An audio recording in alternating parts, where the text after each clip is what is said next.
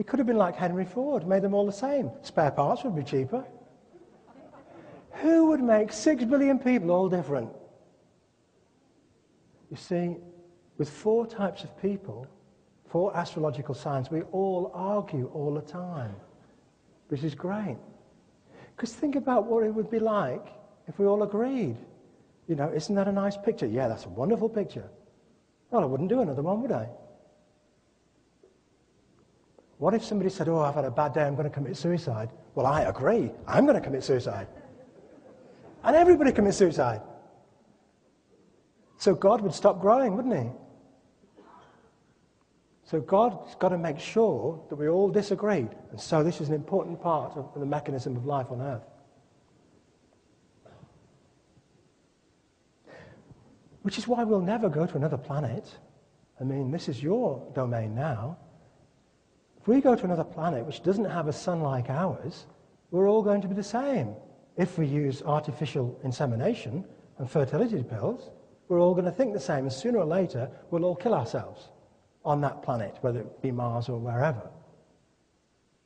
So we have to find a sun which has 2 magnetic fields, where they rotate at different speeds, where they produce the right hormones to give us 4 types of star sign, to all make us disagree, so we can all be happy. Easy, isn't it? So how are you... Now I know, I figured all this out because I was rich in this life, because I had an education. I could think this stuff through. That's when I say rich, because I was able to do this. I don't mean money. But I know next time, if I'm not very careful, I'll come back as a poor person. Now Jesus says, give all your wealth away and follow me. It's difficult, isn't it? You go to the bank manager and say, I'd like to take all my money out because I'm giving it away. Difficult, isn't it? You know. So I think, well, okay, what's the next best thing? If I write all this information down, the next time I come back, if I read it, I'll come back rich and go to heaven. Because I'll know what to do and how to live. And I'll know that this is hell. Now, I could write it down in pictures, like this Aztec calendar, and explain how the world ended on 4 previous magnetic reversals in the last 18,169 years. This is the Aztec calendar. Or I could encode it in numbers. Don't forget, a picture's worth 1,000 words. But some stuff like 26, 37, 1366040, 18,106, very difficult to put that in a picture, because the language will change. You know, when the Spaniards invaded Mexico, they stopped speaking the Quichumaya tongue. They started to speak Spanish. So the numbers might change, the language changes. So I've got to make it more permanent. So I need to encode numbers of the sun's rotation, are very important, 26, 28 if you're on the Earth, 37 or 41 if you're on the Earth, 96, that's the number of magnetic sunspot cycles, 97 if you're going to count the one that includes the 18,000-year cycle, the number of magnetic shifts, 20 if we're talking about magnetic reversal, the 1366040 if we're talking about rises and falls of civilization, and 1366560 if we're talking about Venus. So we're going to go down to Mexico now, and we're going to have a look at the Temple of Inscriptions at Palenque, because it was there in 1952 that the archaeologist Alberto Ruz took the paving slab off the top of the pyramid here. He scratched out the mortar filling from those holes, and he found a staircase running down inside the pyramid here. 26 steps. He then turned to his right along a landing and went down 22 steps. There was 4 more inside the tomb at the bottom, which he later discovered. So 26 altogether. Again, there was a brick wall at the end with a stone box. In the stone box, there was a pearl in a seashell.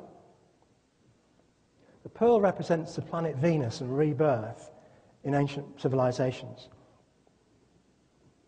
And some of the numbers the ancient civilizations used, like 666, the mark of the beast in the Bible, they used those to convey the information which we're talking about. And they also used 999. Well, if 666 is hell, what do you think 999 might be? Heaven. Yeah, it's a good idea, isn't it? Okay. Well, why would the pearl be in the cinnabar? Well, the pearl is Venus, and the atomic number of cinnabar, the powdered form of the liquid metal mercury, is 80. It means it's got 80 protons in the middle.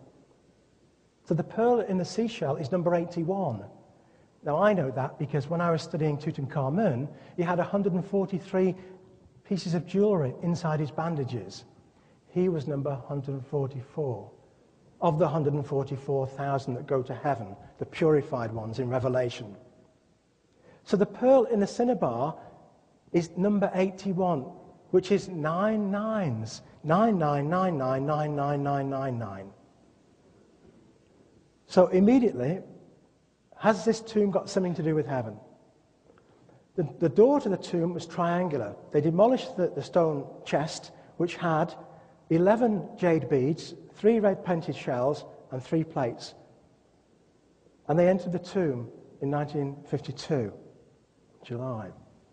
And Alberto Ruz noticed that there was 5 beams holding at the ceiling, 6 pillars on the wall, that the sarcophagus lid here had 2 corners missing. And of course, what's missing isn't missing if you're a Mayan. And what's not missing is missing. And the sarcophagus inside had one of the corners chopped off. So that was the sarcophagus lid. It weighs 5 tons, 12 foot long, 6 feet wide, solid limestone, so big they can't remove it from the tomb. And the body was kept in this sarcophagus, which had a missing corner at the bottom here. And the carving on the sarcophagus was very popular in the 1960s because Eric von Däniken said it might be a guy in a spaceship. But this was going to be much more than any of those things because the triangular door represented a journey into the mind. When we examine the pyramid,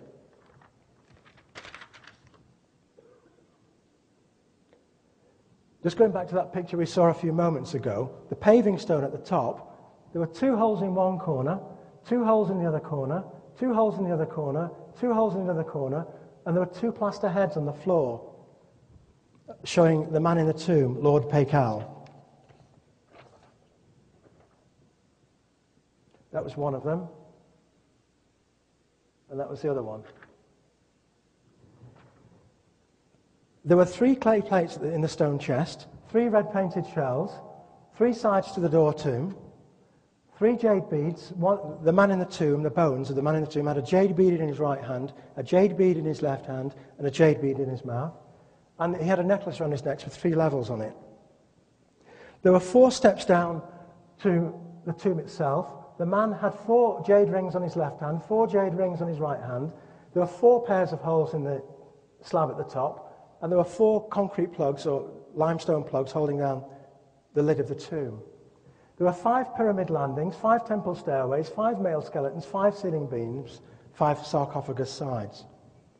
There were 6 temple pillars, 6 sides to the tomb, but there were no more 6s in the temple at Palenque in Mexico.